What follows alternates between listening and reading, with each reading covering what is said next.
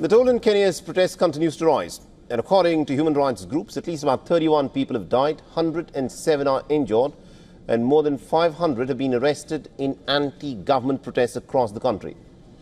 On Monday, several parts of Kenya saw gatherings as people marked the anniversary of the 7th of July 1990.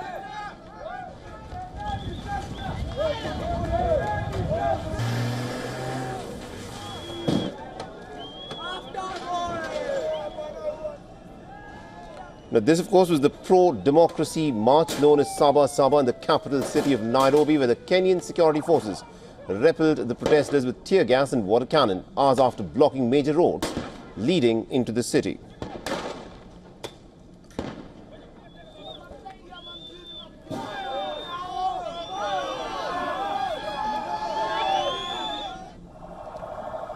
The roads leading to the Kenyan Parliament building as well as the President's office and residence were also barricaded ahead of the demonstrations. The 7th of July is a significant date in Kenya's recent history. It marks the first major protest 35 years ago that called for a transition from a one-party state to a multi-party democracy,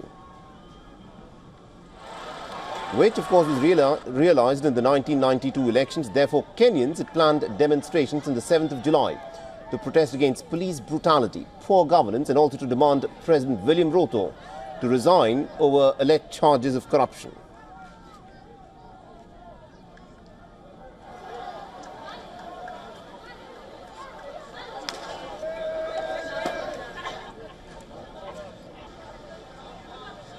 Now, Kenya's latest wave of violent demonstrations are sparked by calls for police accountability following the death of a blogger in police custody last month. During the protest on the 17th of June, a police officer shot a civilian at close range, further angering the public.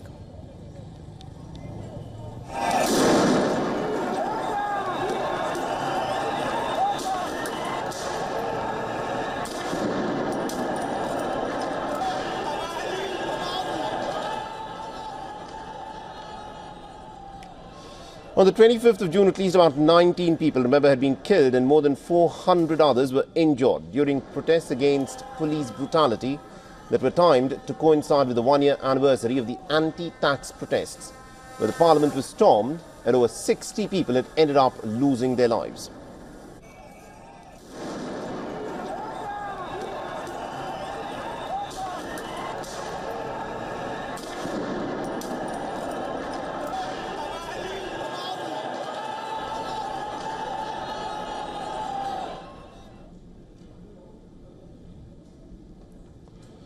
The United Nations has raised concerns over the recent death and violence during the Saba Saba protests across Kenya. The United Nations has said that they are deeply troubled by the killings.